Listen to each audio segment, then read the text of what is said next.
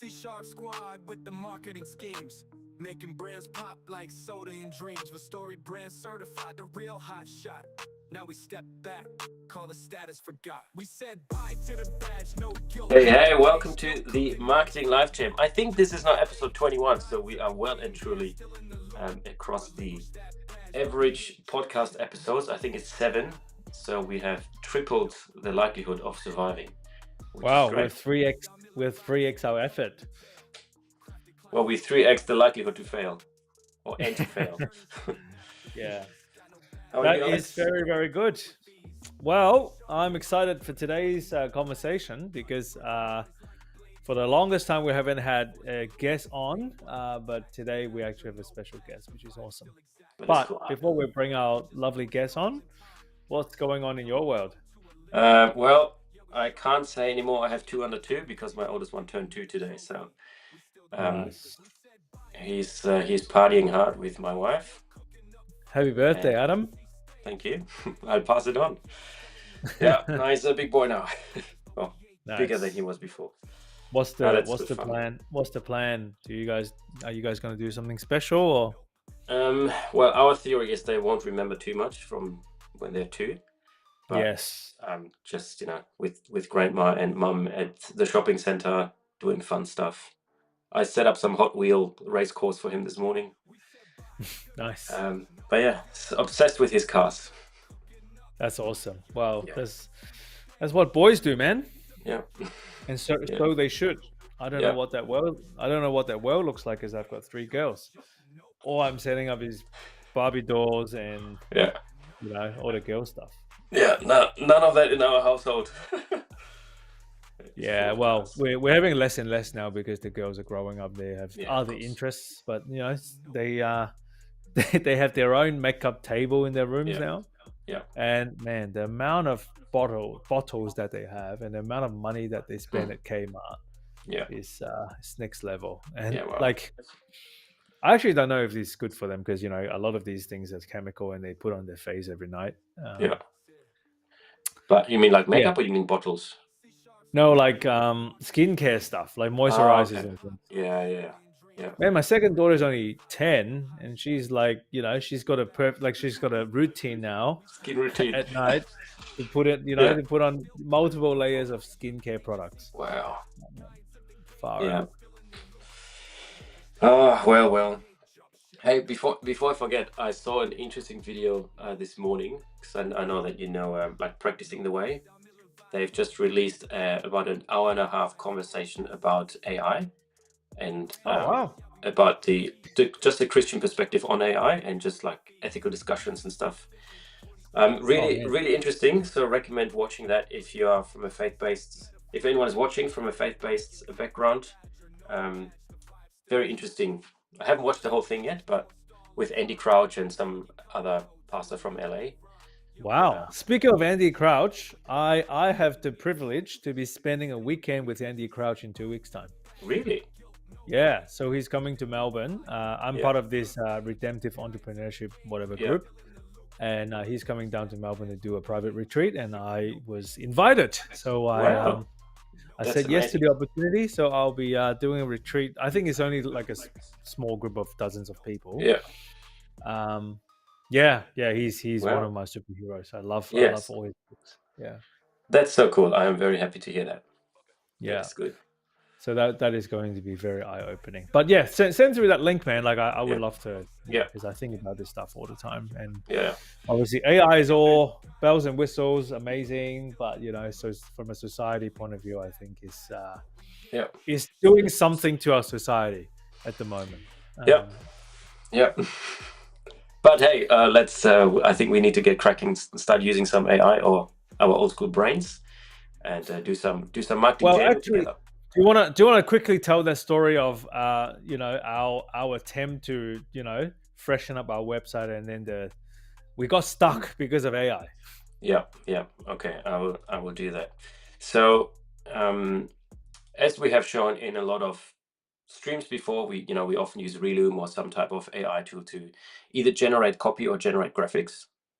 And one thing, after doing it many times, one thing that we've noticed is that AI creates a lot of content, and it's very good at creating a lot of content. Often it just, it's just very wordy and creates a lot of stuff. And if you don't come up with ideas yourself first, you tend to see content and it anchors your mind on a particular, amount of text or a particular image or particular, point that AI is trying to make. And we've noticed that when we start with a AI generated wireframe, that it can often lead us to be stuck in, refining it. And then you end up in feedback hell and start, revising. And also notice that when we use too many AI images, it very quickly comes across as either gimmicky or impersonal.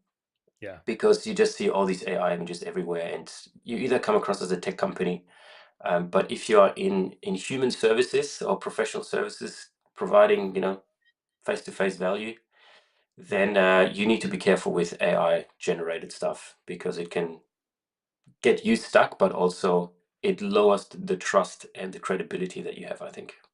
Yeah. Yeah, I totally agree with you. We certainly got stuck because we let it's like we let the AI creep into our thought process, and then we started to let the AI dictate our thinking and the direction of our marketing and copywriting. And it's very tempting to get into the technology gluttony, if you want to call it that way, right? It's the mental gluttony. Like you go to a buffet with unlimited appetite, and then you just gonna grab everything. You just order it because it looks good, so you just get absolutely. it. Okay, all right, well, let's keep the main thing. We are going to bring on a guest today. His name is Mark. Okay. And he runs a very, very, very good organization who actually does good things to make this world a better place. And I'll let him do the honors to tell us what he does. So let's bring him on. All right, Mark, welcome to the show. Thanks, guys. Glad to be here. Awesome, man. Hey, good. Really, really good to have you. Can you hear us and see us okay? Yeah. Awesome. Well, Mark, we are going to spend the next 15, 20 minutes doing a marketing live jam to basically carry on the conversations that we have been having online and offline to help you really figure out what your next move is going to be. But before we do that, we would love for you to tell our audience what an amazing organization that you've been running over the years, and what do you guys actually do? Yeah, awesome. Give us your best pitch. So, good opportunity, eh? So I run a program. It's a youth mentoring program. It's based in the southeast of Melbourne. We've been running for about close to 5 years now.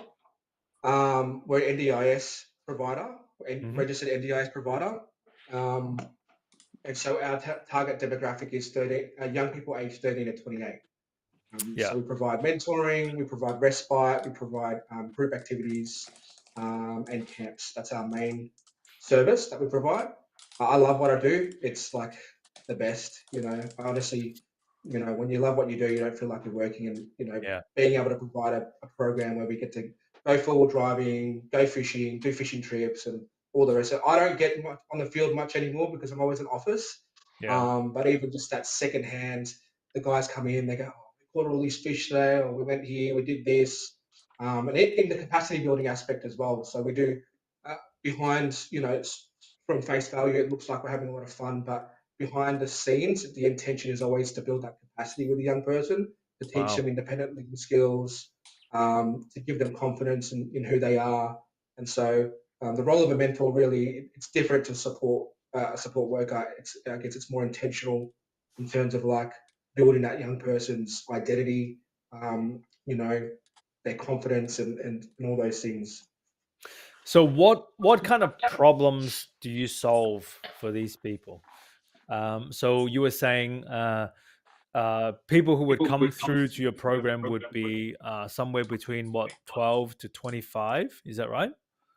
13 to 28. 13 to 28. Okay, well, that's a big range because you go from teenager to young adult. Well, 28 is no longer a young adult, but I think cognitively you can still call them a young adult. Like, that's a big range. And like, what kind of problems do you solve for these people? Our main demographic right now is, yes, it's open to 13 to 28, but we're seeing a lot of 14 to 21-year-olds. We only have 28-year-olds. Like 80% of our crew is 13, 14 to 21. But the main problems we see is young people. There's a lot.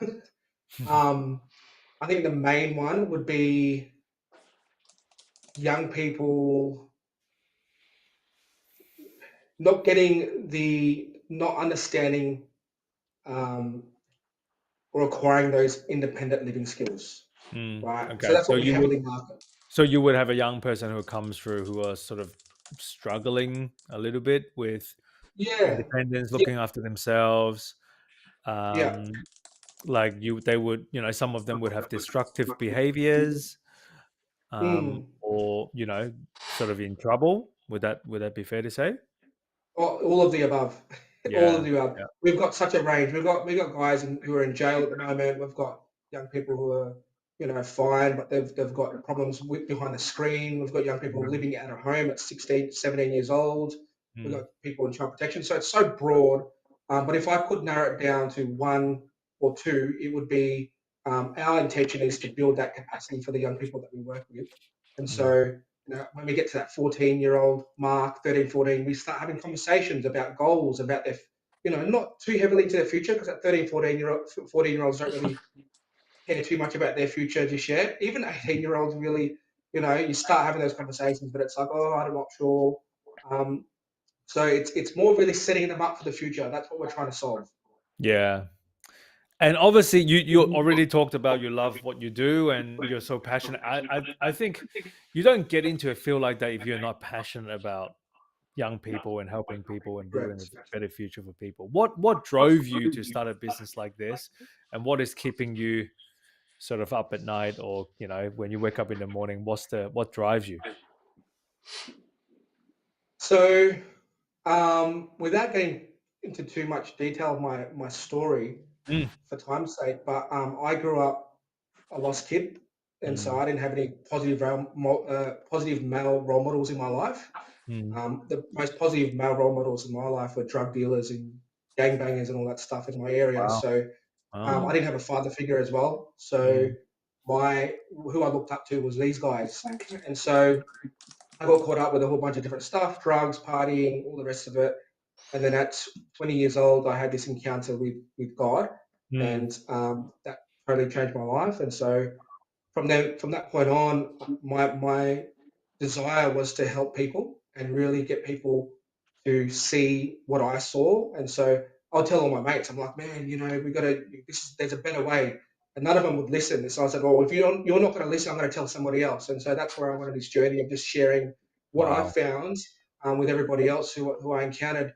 And so yeah, what I found was that I really had a heart for the youth, and so Mm, I saw that there was this lack of identity and fathership in their lives, and that was a big thing of why they would turn to drugs or they'd get lost or try to be somebody. A lot of the youth these days, as you see on the TV, they've got machetes and they're doing this. I know what that's about. I know why they're mm. doing that, and that's because they want to try and get acceptance. They're trying to Yeah. one up each other, trying to get acceptance. But the core root of it is that they don't have anybody in their life speaking life over them. And I see. so, yeah, my heart was, well, I first started off volunteering at my youth group, and then God just led me down that path. And so naturally, I was a plumber for a few years, but naturally I was like, all right, this is what I want to do. This is my passion. And I volunteered for majority, like half of my current career, for the like 5 years I've been volunteering, but then yeah, over the last 6 or 7 years, I've done it as a full-time job, and Wow. now we're here. Mate, first of all, what a redemption story. That, like, if we're able to church, like, just be a little bit churchy, like, you're totally spirit led, and it's so admirable to Yeah. see someone, someone's life turn around, and now you're giving back in a major way, not just. Yeah, Mm. I think volunteering at churches is fantastic, right? But but when you are actually turn this whole proposition into a career where you're able to provide for yourselves and you're able to have that sort of scalable impact in a more organization, like from an organizational perspective, you're able to create that. That's hats off to you, man. Like this is definitely that's why we're talking about marketing, because marketing is about expanding that impact, right? Where marketing is getting the word out, really, and to get people to subscribe to something that is truly going to transform their lives. So it is, I think to build out the marketing for your organization is missional and is a battle worth fighting for, I think. Yeah, for sure. I had another question. Ori, did you want to go before we dive into the marketing side of things? I'm just as inspired as you are, and this is what Kingdom Impact is all about. And I think being able to dedicate all your time and not just your your weekend Sunday hour to this impact is amazing. And we're cheering you on, and we are all there to help you make that impact as great as possible. Yeah. Appreciate it, guys. You guys have played a big part in the journey currently as well. With our pivots and marketing and everything else like that. So I appreciate you guys. Good, man. Hey, so all right. So obviously this conversation is about marketing, and the marketing is obviously, we now know that is more missional, and the more marketing that we do, the more people get to receive your services, the more impact you're going to. And you're talking about sowing into generations, the next generation, right? So I would probably argue that the healthier our next generation is going to be, the better our world is going to look in 5, 10, 20 years time, right? Because they are the future of our generation. We want to we want to make them better, right? So that's what we're going for, right? Now in our exchange in the past couple of weeks, you said to me that your organization currently is in quite a unique position, right? I'm just going to repeat back to you what you've said to me, and you can tell me, whether or not it's true, right? So you've recently done a really, really massive exercise to have a property or a respire property in Mornington, which is a beautiful side of the world. And you've gone through that. Now that's up and running, and you've recently hired a operations manager, general manager, to really fix up the operations of your business, right? So for the rest of the year now, I can't believe we're only mid-August, right? For the rest of the year, your business strategy is to optimize the operational side of your business, right? Yeah. And because you're NDIS registered, because you've got referrals, you've got government agencies and whatnot, the lead flow, as in the kind of people who would come through and sign up to your services, is not really an issue right now. So you don't really have a problem getting business. Would that be fair to say? Yes. Yeah. Look, we're not getting leads every week. Yep. It ebbs and flows. Yep. But I think we're kind of happy right now with our current vision of working on the systems, because the leads are coming in at a rate where it is manageable. Yes. Yeah. Good. Yeah. So I'll probably say that you don't probably have a massive lead flow problem, right? Because these leads come through organically, right? But kudos to you. You still ask the question, because a lot of people at that stage will be like, I'm just going to settle for the rest of the year. I'm just going to let the referrals come, let the organic things happen. We'll fix up our operations, and then we'll start thinking about marketing after Christmas, right? But you don't want to play that game, because, to be honest, I'm starting to hear comments like, oh, we'll do it next year, we'll do it after Christmas, yada, yada, yada. Next thing you know is late February, and you've lost all momentum, and you're looking to restart again, right? And then you go, like, this is a classic story. People start mid to late Feb, and then we have Easter in April, right? Is this whole stop and start thing that people just lose a lot of momentum that they've built throughout the year, right? So kudos to you for asking those questions. Like, okay, we're okay right now as a business. Our lead flow is okay. We are going to deploy a lot of energy and resources in fixing up our operations. But what is the bare minimum we can do in marketing to keep the momentum going? Yeah. So that was a question that you asked, and that's exactly why we're here today. Yeah. So there are two suggestions.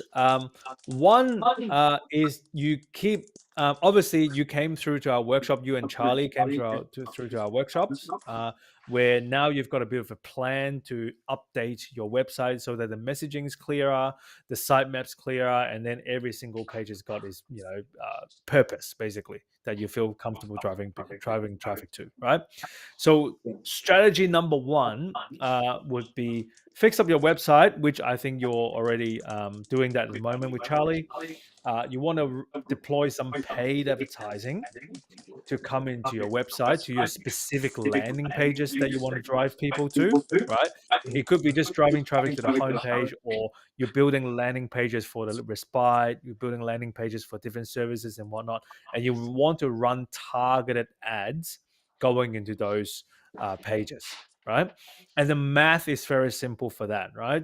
Let's say you spend $500 a month to drive traffic to your homepage, and then another $500 a month to drive traffic into your respite page, and then you basically just calculate the conversion rate from that point, right? This is a very easy direct response marketing, right? And the result really just depends on the quality of the copywriting or the quality of your website. Yeah. Okay. So that is the basic of the basic, the absolute foundation of what I think you should do, from now until you're ready to, ramp up your marketing, right? But the second strategy, which is something that we're going to work on now, is I would also recommend, or if I was in your shoes, I would probably take priority of strategy number 2 versus strategy number 1, right? Because while you're cruising along, you want to get into the business of database acquisition. Okay. You and Charlie came through to our website and we were preaching database acquisition, right? This is our truth. And I tend to think that this is the truth, that your email database is your biggest marketing asset. Yeah. A lot of people get into the trap of doing all fancy things on social media, which is not wrong. Like, I love doing fancy things on social media, your daily posts, your, production value videos, so on and so forth, right? But that is someone else's platform. Okay. And we've seen this time and time and time again. One algorithm change, you're doomed, right? Or they have decided to change the rules again. They've decided to double their advertising cost by tomorrow, right? Everything's sort of, back to zero, right? So you want to be building your own audience, your own database, right? A list that belongs to you, that you can freely market to whenever you want, and say whatever you want and offer them whatever you want for basically for free. Yeah. But you want to build that base, right? So we want to be building a sales funnel strategy for the purpose of acquiring or collecting email addresses and phone numbers of the people that you want to do business with over time. Okay. So let's say you spend the next 6 months to do nothing in marketing, but to launch an evergreen sales funnel for the purpose of collecting email addresses and phone numbers every single day. And in 6 months' time, let's say you've got, I don't know, 1,500 people, 1,500 contacts sitting on your CRM of the people that you want to do business with, right? And 6 months later, you've got a killer offer that you want to hit them with, or you just want to keep the conversations going. Now you've got a strong base, low-hanging fruit for you to basically draw from, if that makes sense. Yeah. So that would be... Just writing a few things down. Don't mind me. Sorry? Just writing a few things down. Don't mind me. Do that, man. I've got a quick comment just to kind of put it in perspective. Let's say in a given month you have 100 people that get to your website, and you have 5 people that submit a form. Yeah, that would be a 5% conversion rate. Or like 5 people submit a form in order to inquire about your services and are interested in what you have to offer. There are probably 20 to 30%, depending on who you're bringing to your website, that are interested in your services at some point in the next 3 to 6 months. If you have nothing for them to opt in or give you the email address or some form of value that they can get, then you are not getting the information of these 20 to 30 people, which means you are stuck at that 5% conversion rate. But if you capture more and more of these people that are not ready yet, you have a much higher chance to convert them down the track if you have the information and can market to them. Yeah. And that's the whole idea with, you know, acquiring a database so that you can nurture and email the people that are not ready yet, but will eventually come into the people that, you know, want to do business with you. Yeah. So I would probably say, if I was in your shoes, the number one objective for your marketing, forget about everything, is that we want to be collecting email addresses and phone numbers every single day of the people that we want to do business with, right? So we're going to do a quick exercise together, right? The how to. Now let's get to the how to, right? One of the most effective ways for us to start collecting a database of people. Remember, we're not trying to collect email addresses and phone numbers of random people that you don't have something to offer to, right?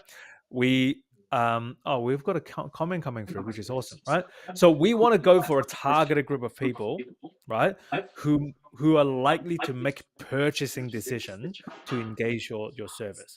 Okay, so I want to ask you the question now, Mark, that who would be your ideal customer, right?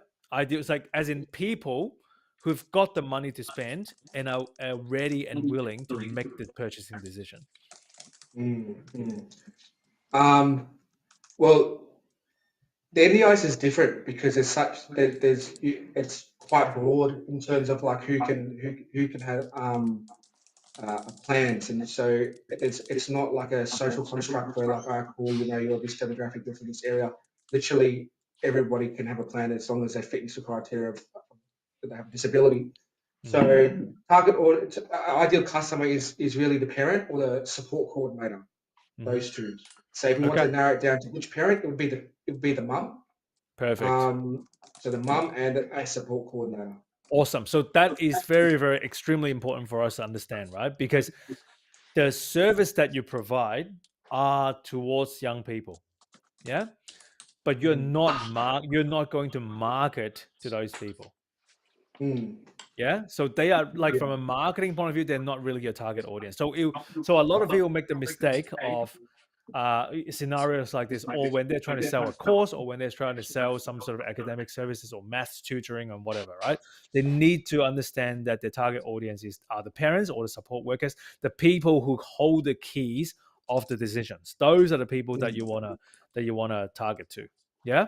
Okay. Yeah. So let's just pretend that we are going to write a one-pager cheat sheet, right, to solve some problems to either your parents who have got a youth person in their household who are struggling with XYZ, right, or youth worker who is supporting some youth in trouble, right? What would be a one-pager cheat sheet that we could potentially create that they are willing to exchange their email addresses to? Think of this as a mini transaction, basically, right? You see something of value, you're going, I want to download this thing, or I want to view or look at this thing, but I can't get it until I give you my email address, right? It needs to be so valuable that people are willing to do this extra step. Yeah. First thing that comes to mind is maybe like something along the lines of how to get your young person off the screen or off the couch and into the gym, you know, or outside kind of thing. Yeah. Yeah. Okay, so let's just, for argument's sake, we want to build. So this whole screen thing, I totally get it, and it is a massive issue for youth, right? So you talk to either youth worker or parent, you know, whenever the topic of, you know, screen time comes up, everybody's like, oh man, it's so severe, you know, we don't know what to do. They're addicted, they're angry, blah blah, right?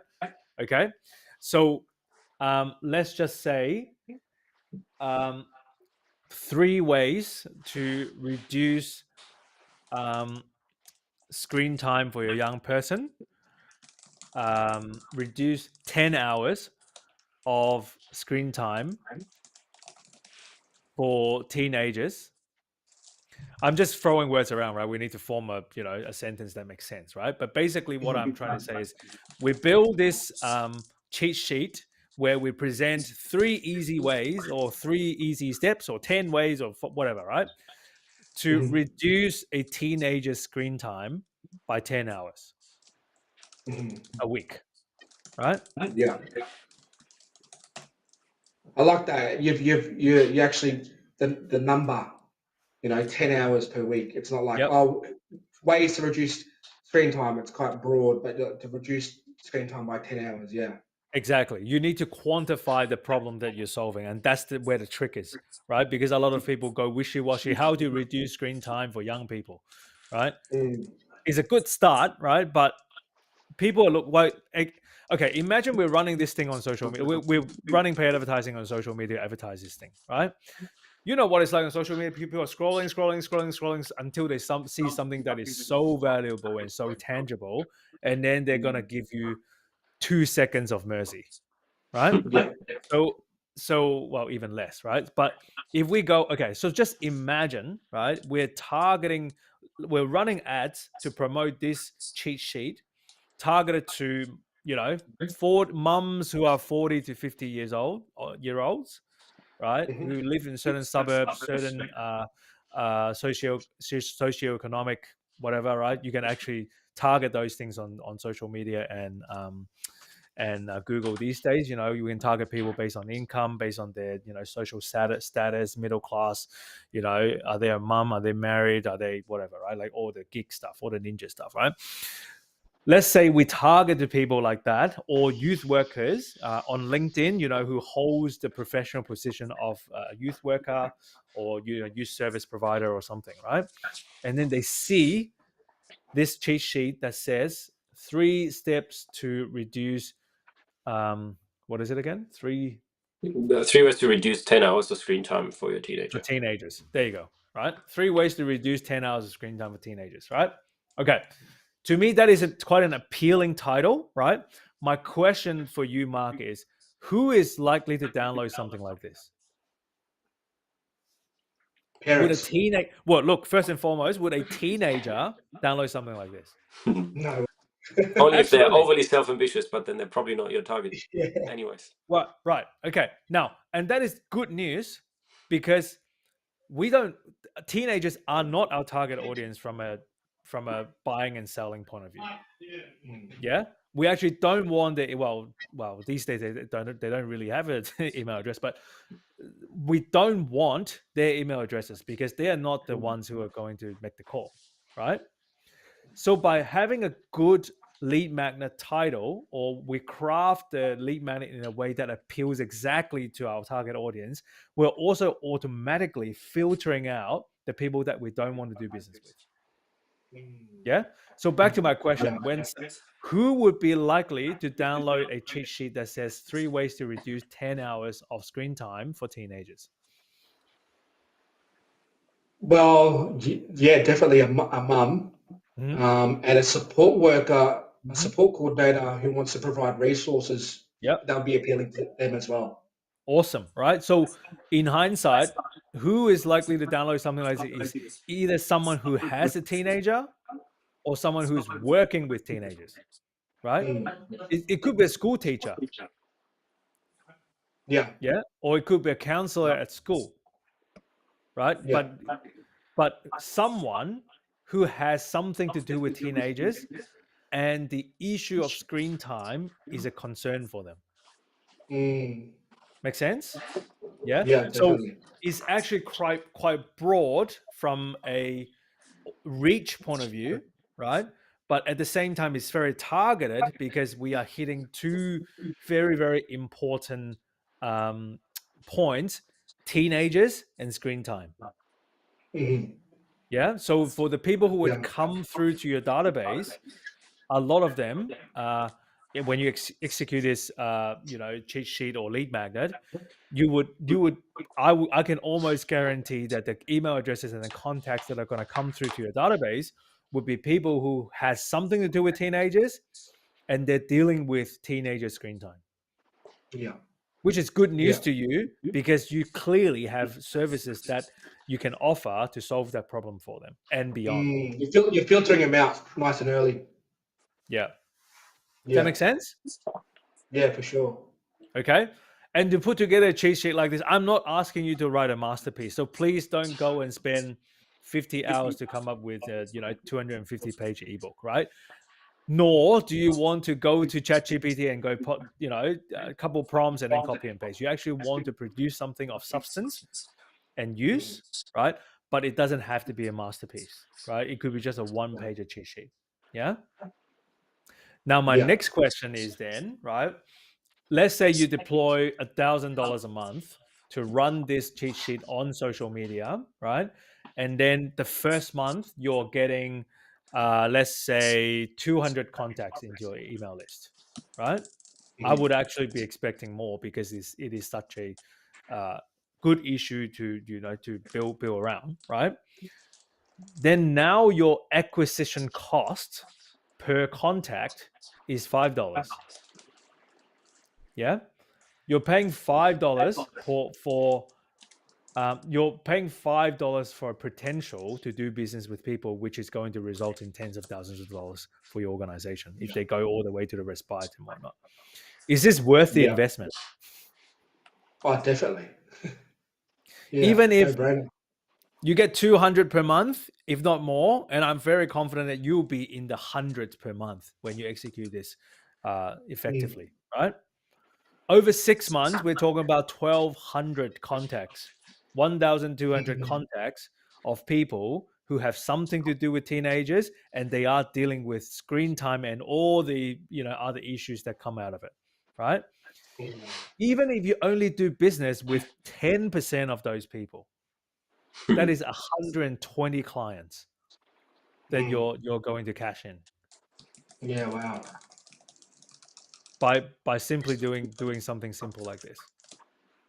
And so what am I doing with the emails? Okay, so I've got the good emails question. in the database. Yeah. Good question. All right, so that's my next question, right? Now, the worst thing that you can do is to collect these email addresses and then you ignore them for 6 months and you only reach out because you want something from them. Right? That is not something that you want to do, right? Once the email addresses come through, then you need to figure out a nurturing sequence, right? It could be automated, it could be fully automated, or it could be semi-automated, right? What I mean by fully automated is, okay, let's say you just put in the work to write 12 emails. You write 12 emails beforehand, and then you just automate these 12 emails in a monthly cadence, right? So every single month you're sending them one email of something of value, right? It needs to be valuable, right? It needs to be like, thank you for downloading this thing. Over the next 6 months, we're going to send you a monthly tip on how to work with young people, how to get them off the screen, how to get them to start doing exercises and whatnot. And then you send them these monthly emails, right? For the purpose of keeping them engaged and in the ecosystem, right? Because if you don't send them anything, you're going to burn the list because it's just not going to be effective, right? So you capture and then you nurture, right? So you need to make sure you're spending the time and energy in the nurturing side of things, right? Now that is the fully automated way, right? You just do one shebang, you automate everything, and then you collect email addresses, you forget about it, and every now and then you check on the open rates and the click-through rates, right? That is the automated way, that is the evergreen way, but that is also the lazy way of doing it, right? Because people are not stupid. If they can smell that the journey itself is not genuine, I'm just a number in your system, right? Then the conversion rate is not going to be amazing. Yeah. Sense, right? So especially if you're adding M dashes everywhere and exactly. Just copy and paste ChatGPT for sure. Yep. Exactly, right? We're still human beings. We want a boutique experience, right? The semi-automatic way is that you still automate some emails and make sure that those emails are nurturing and offers good value, right? But you want to set up a bit of a systems in place where you're actually producing real-time content like what we're doing now, right? Where you add to the mix. So it could be like, okay, monthly newsletter, we're going to give them one tip to, make your teenager better. And then, maybe every fortnight you would do a little video or every fortnight you would do something a little bit more in person and personalized, right? Now, this is really is a how long is a piece of string conversation. Alex? Sorry? What about a webinar? Even doing a webinar once every 3 months? 100%. Yes. So this is what we would call middle of the funnel. So the top of the, so if you think of a classic sales funnel, the top of the funnel right now is that cheat sheet that we're going to build, right? When they come through the funnel, the middle of the funnel can be an in-person webinar or even an event, right? Yeah. But you want to put measures in place to ensure the turn-up rate and also people staying engaged during the webinar. Because the worst thing, and it's very discouraging, and we've definitely experienced this before, is you put in all this effort to try and get a webinar going, you get 2 people turn up and they mute their camera and mics. So you're just basically talking to blank air, right? So you want to have some measures in place to make effort to make sure that these people turn up and they stay engaged, right? And that's just tactical stuff, right? But I love the idea of having a webinar so that you're constantly sowing the seed into your database until you're ready to do business with them. Yeah. So I love it, right? So let's just for argument's sake that this is our funnel. Top of the funnel, we go 3 ways to reduce 10 hours of screen time for teenagers, and then we would have we would have let's just say 12 automated monthly emails centered around how to work with teenagers, or how to solve different problems, right? So the screen time's only one problem, but how to get them into the gym, how to get them to spend more time outdoors, how to make sure they eat better, how to make sure, like, all of that stuff. Yeah. And it could be just once a month. It's actually not rocket science. There's not a lot of heavy lifting, right? But what we're going to do is every now and then we're going to sprinkle on top your webinars. Let's call it teenager masterclass or something, right? How to deal, 10 ways to deal with teenagers or whatever, where, you would go and address a live audience. Yeah. You would have some sort of offer towards the end. Yeah. Or you put people on a wait list to do business with you, or sign up to the Respite, or sign up to the open day of the Respite. Yeah. Awesome. Is it making sense to you? Yeah, definitely. Yeah. It's funny because, like, I see you just put words to what I have engaged with over the years. You know what I mean? Like, the guys have subscribed to and then send out these nurturing emails, and then you see them pop up with a webinar. But I can almost, like, there's this one company that I know of that provide genuine value, and so with them, I've done business with them because of their strategy. And now that I've actually seen how you've done it and put it into words, I'm like, oh wow, that's okay. I see how they've done it now. And one of the things that they do is they do the webinars every so often. But they also bring so much value, like the value that they bring. You want to read the newsletter, and the newsletter comes up. You're like, hey, the last however many were providing so much value. So I think that's going to be the key thing, making sure that the value that we bring is critical. Absolutely. That is actually an amazing point that you're making, Mark, that a lot of people come to our workshops and they make the point, oh, does email really work, or email marketing is dead? How about social media and everything? To your point, right? If the content that I consume is super valuable, like, I certainly have people on my email list, or, that I subscribe to, where I can't wait to receive the next email. Right? Because it is genuinely so valuable. I don't care if it comes through just email, not fancy social media, as long as the value is being delivered and received, right? And it is a really good place to be in, right? The last thing you want is, you just do it for the sake of doing it, or you do all the fancy automation, CRM and everything, but the content itself doesn't hit the mark, or it doesn't solve problems, right? That wouldn't be a good journey, right? But if we spend the time and the energy into making sure that we're giving people value over time, that is the trick, is consistency, right? We don't do it for only one time, only twice, only 3 times. We do it over 6 to 12 months, right? And in your game as well, because not everybody's ready to do business from day one, right? Yeah. But let's say in 9 months' time, they're ready to finally engage someone to go and help the teenager. You are going to become top of mind. Yeah.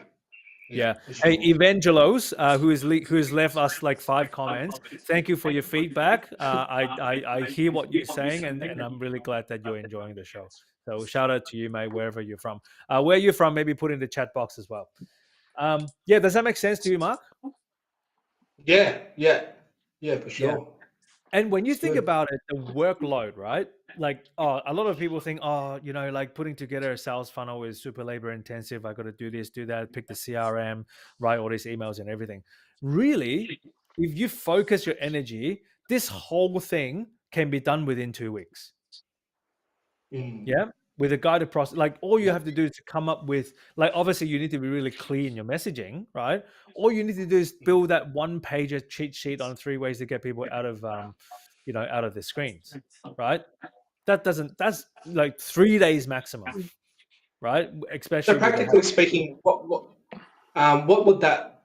How should I format something like that? So literally just a PDF, have a heading, and then have like 3 yeah, ways, and then have like the main heading, and then just like a little sentence below it, and that's it, just a 1-pager. yeah, yeah. It can be. Look, it can be a 1-pager. It can be a cheat. Look, but the thing is, it needs to be really brief. So it can be a 4-pager. Let's just say that, right? You have the cover of the cheat sheet, and then first page Yep. is tip number 1, second page is tip number 2, third page is tip number 3, and then the final page is a little Yep. bit of call to action with a QR code.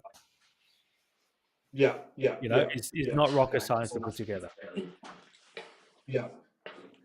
Okay. Cool. Yeah. Awesome. So that's the first Now, piece. And then yep.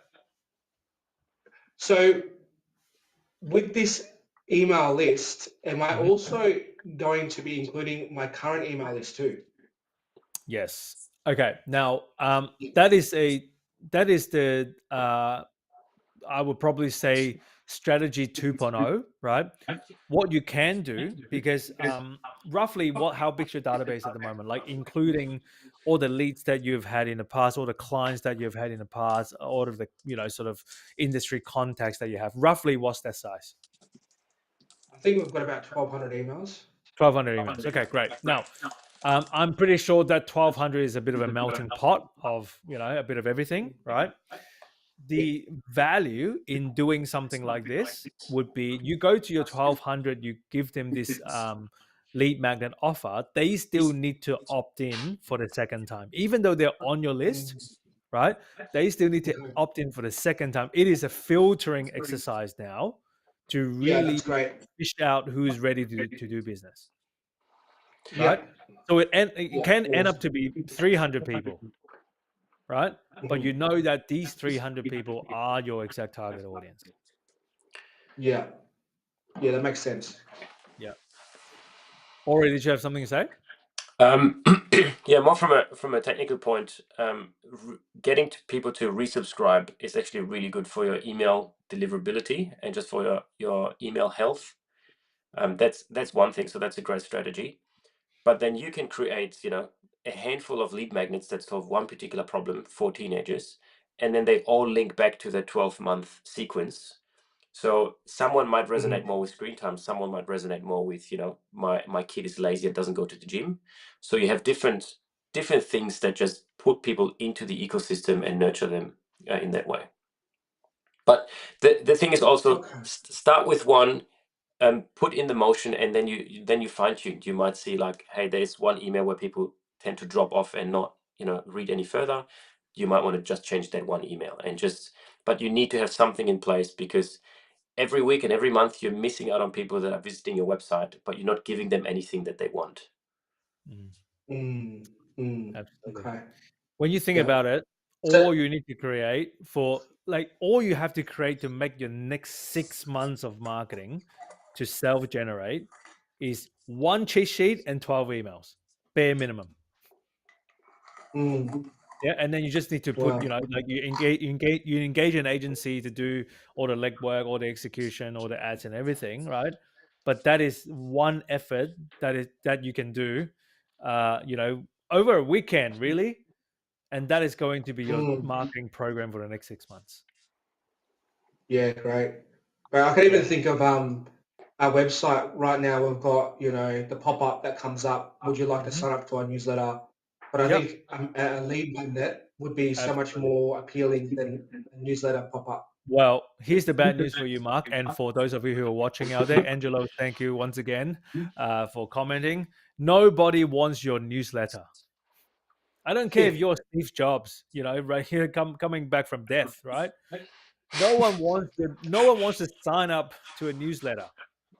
Yeah. Yeah. We want value. Yeah. Yeah. So I want it is a transaction. If you're not giving me anything, or there's no perceived value, I'm not going to sign up to a newsletter, right? So you want to use your lead magnet as your lead capture. Even like just thinking through it, even if Apple was to offer a newsletter, why would you even sign up for it? Like, do you want to know that they are, listed somewhere? Do you want to know that they are, manufacturing new iPhones? But if they say, hey, we have a new iPhone coming out, if you go into the waitlist, we're going to give you $200 off the release and you will have a guaranteed device, that is a different story. Yeah. 100%. Cool, man. Well, this is if I was in your shoes, I would 100% be deploying this as soon as possible, so that while you're fixing your operations, you're still generating and not starting and stopping your marketing, if that makes sense. Yeah, definitely. I really appreciate that, guy. That's awesome. That's been super useful, and it's marketing is something that we can't put a pause on. We've always got to continue to do it and get the name out there. So this is good strategy for where we're at currently. So yeah, man. And you can always say, if you have too many leads, you can always say, hey, sorry, we've got a 3-month wait list. That is actually not a bad thing. Yeah. And comes across as, hey, you obviously know what you're doing. That's why you're busy enough. Yeah, you're high demand. For sure. Hey, Mark, we're going to let you go. But before we do, we would love for you to tell us a little bit about your experience, you and Charlie's experience coming through our workshop. So we run a StoryBrand workshop every 3 months here in Melbourne, Australia. So Evangelos, if you're interested to take a trip to Australia, we're more than happy to host you. But every then our upcoming one is going to be October. We've already got quite a long wait list and people signing up already. Obviously Mark and your staff, Charlie, as well, you're one of our alumni. I would love for you to spend 30 seconds to tell our audience your overall experience, and could be good things and bad things as well. Yeah, awesome. So I first encountered you guys by another friend, and so he's messaging. What is going on with my computer right now? His messaging was super clear, and so he was at a conference, and he had the stall set up and everything, and I was like, man, that is awesome, it just popped, and I couldn't put my finger to it, and so I asked him, where did this all come from? What's your strategy? And he goes, oh, check these guys out. So he gave me your number, Alex, and then Paul was actually at the conference at the time, so I linked up with Paul. And it didn't really know too much of what it was about. And then I did some research on the whole strategy, and I really liked it. I like the fact that it wasn't really a strong push of, we are the best, pick us, we'll beat the rest. Because as a Christian, I just don't like putting others down. I think, yes, there are competitors in the market, but I think, if we can showcase who we are and give value in that type of strategy, then that's the type of values that I carry.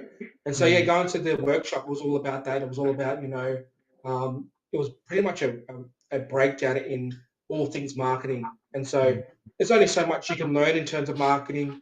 I didn't have a clue what CPO means and CPR and all these other things. It was very, very high value. It was actually quite full on to jam it all in 2 days.